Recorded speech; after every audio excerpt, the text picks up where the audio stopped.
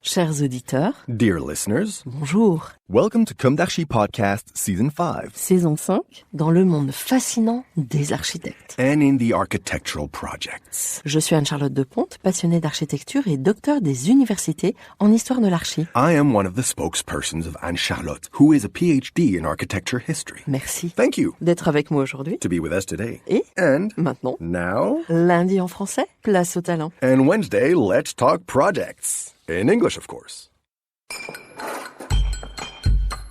Bienvenue dans Comme d'Archi. Chers auditeurs, bonjour et bienvenue aujourd'hui pour ce format spot de la saison 5 au sujet de cet été lequel, à peine achevé, s'est révélé bien meurtrier. Des piliers se sont effondrés. Dans le choc, essayons de construire une réflexion dans l'hommage. Je n'aurais jamais imaginé parler de ce journaliste un jour. À propos de Gérard Leclerc, frère du célèbre chanteur français, personnalité que je me permettrais d'extirper de toute appartenance politique. Vous savez, vous qui me connaissez bien maintenant, ô combien j'ai horreur des étiquettes. À propos de Gérard Leclerc, donc, je vous citerai bien, en introduction, un extrait de l'hommage de Jean-Bernard Schmitt, directeur des écoles de journalisme W et CFPJ, évoquant cette génération à l'aube des années 2000, une époque d'une intensité folle, dit-il, marquée par l'autorité naturelle et bienveillante de Gérard Leclerc. Gérard faisait confiance aux jeunes. Il incarnait tout ce que notre époque déteste de plus en plus. La curiosité, la finesse intellectuelle alliée à la fantaisie, le sens de la complexité, les convictions bien plus que les certitudes, l'engagement et non le militantisme. De la nuance en des temps qui en manquent cruellement. Fin de citation. Sincèrement, je ne connaissais pas vraiment cet homme, mais tout ce qui est cité là, en hommage, est éloquent. Et si l'architecture perdait aussi son sens de la nuance, que deviendrait alors la richesse de nos villes? Des blocs à perte de vue, écrasant à coups de bulldozer la notion de patrimoine et même la discipline architecturale? Pourtant, il faut préserver, nous dicte le climat. Et à l'heure de mi-journée, qui démultiplie l'imaginaire du projet, j'ai du mal à le croire, et je suis convaincue qu'une jeunesse visionnaire et percutante, aux antipodes des grandes absurdités du temps présent, prendra le relais face à la noyade de nos valeurs dans le méga gazpacho politique virant au gloubi-boulga, peu ragoûtant.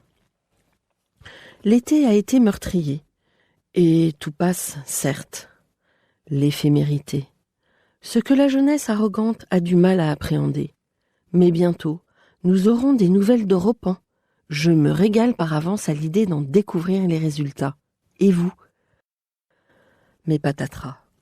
Le général Georgelin, dont la venue à la direction du chantier de Notre-Dame était annoncée par Alexandre Gady dans le Comme d'Archi de la saison 1 #4, seulement 4 jours après l'incendie. Le général s'est éteint, finalement, en cet été 2023. Je vous avoue, face aux effets d'annonce au moment même de l'incendie en 2019, général ou pas général, je ne croyais en rien à cette reconstruction pour 2024. Quelle arrogance, quelle prétention face aux presque 900 ans de Notre-Dame, me disais-je. Forçant mon admiration, notre général semblait pourtant en tenir le pari, à quelques jours près, avant le passage à 2025. Même c'est un peu short avant 2025. Et paf, l'homme à poigne, devenu rare, dévisse.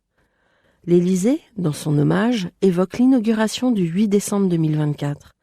Face à cette mort tragique, le rendez-vous sera-t-il tenu?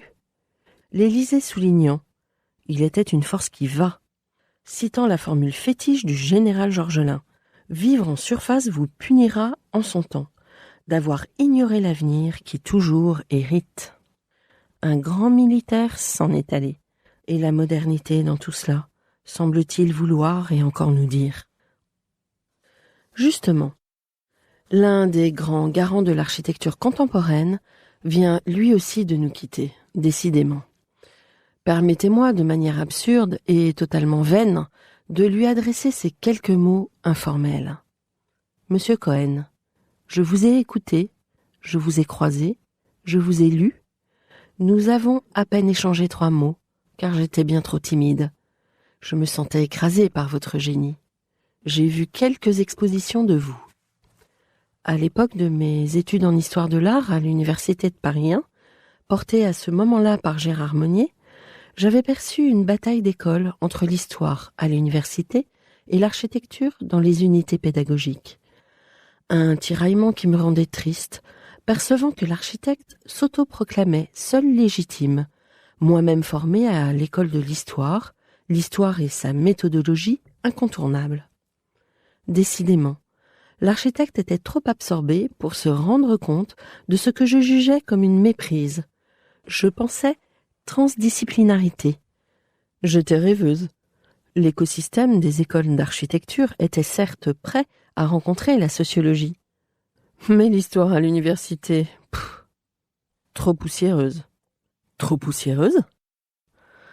Était-il question de positionnement dogmatique ? J'ai toujours détesté le dogme.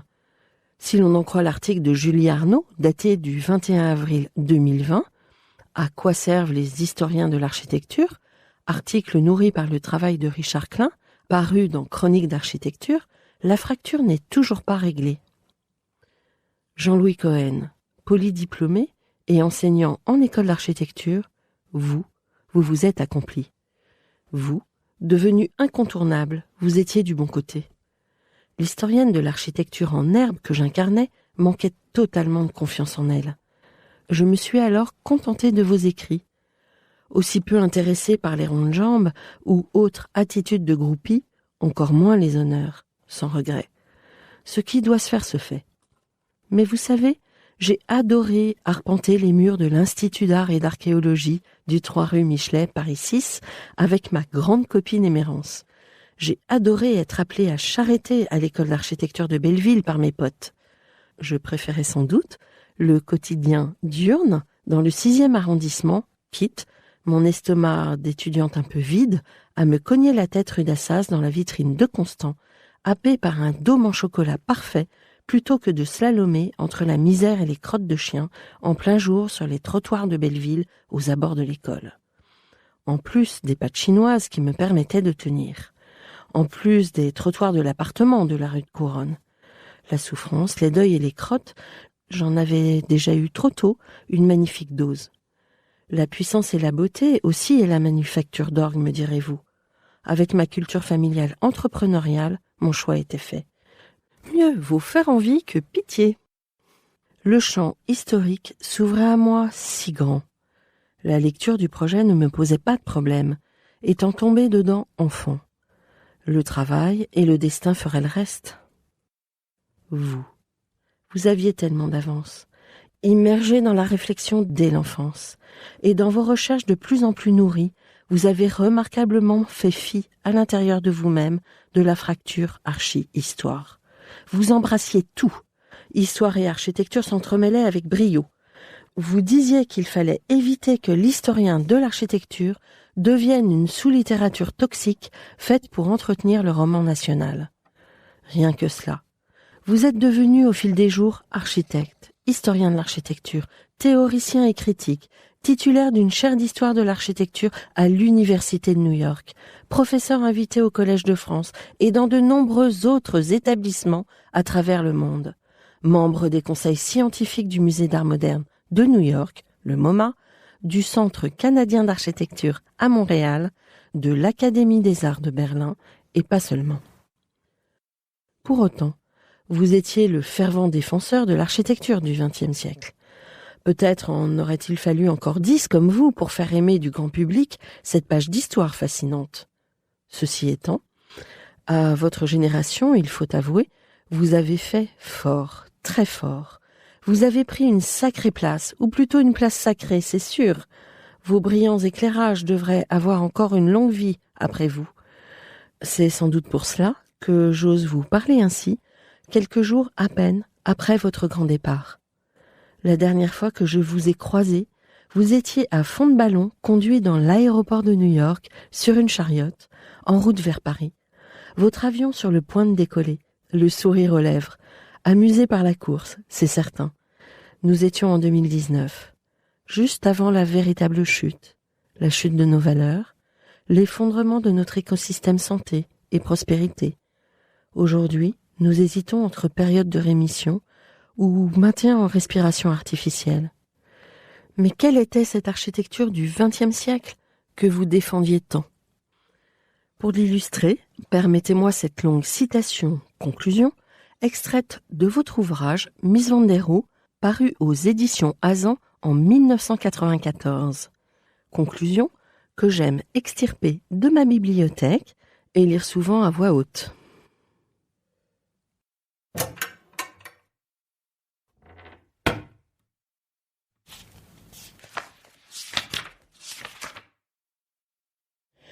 Pendant 6 décennies fertiles en changements politiques, culturels et artistiques, Mies a édifié une œuvre marquée par un effort constant pour donner une forme rationnelle intellectuellement et matériellement au programme des élites engagées dans la transformation de la société.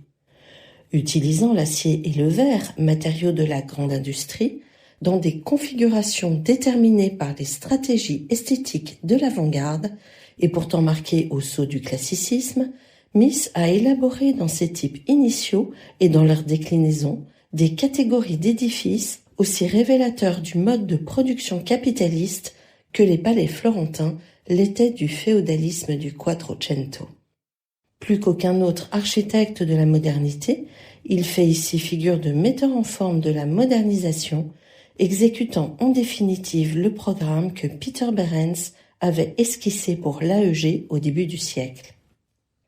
C'est par là aussi, à l'autre école de Chicago, que son œuvre renvoie, celle des sciences sociales modernes, fondée à l'Université de Chicago, à partir, entre guillemets, du cristal, qu'est la ville avec ses populations et ses groupes ethniques et sociaux, qui aura servi de base empirique pour créer un modèle des conflits et des arbitrages à prétention universelle.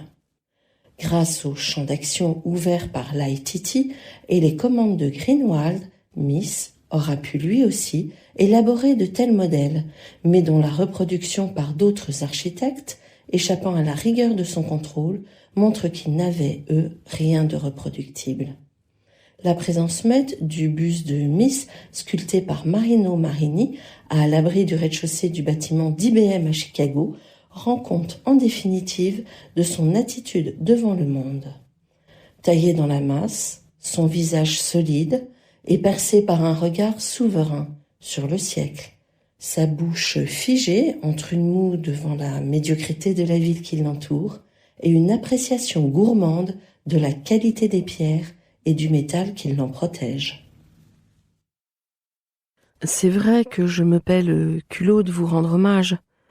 Je ne suis ni la cité de l'architecture, ni responsable des pages archi d'un grand journal, ni architecte. Mais je vous ai croisé trop souvent pour lâcher l'affaire. Vous me pardonnerez, n'est-ce pas? Cet hommage non ampoulé, sans révérence et à la première personne. C'était bien, Mies, n'est-ce pas? Chers auditeurs, merci pour votre écoute. Retrouvons-nous dès la semaine prochaine pour un nouveau numéro. Et d'ici là, prenez soin de vous. Au revoir.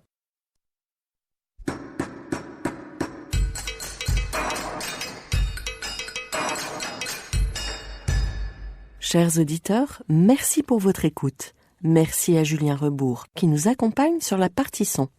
N'oubliez pas de retrouver nos sujets en avant-première sur Instagram à l'adresse @commedarchipodcast. Si vous aimez ce podcast, favorisez sa diffusion en lui donnant 5 étoiles sur Apple Podcast, plus un petit commentaire, ou sur votre plateforme de podcast favorite. Et surtout, abonnez-vous pour écouter tous nos épisodes gratuitement. À bientôt, et d'ici là, prenez soin de vous.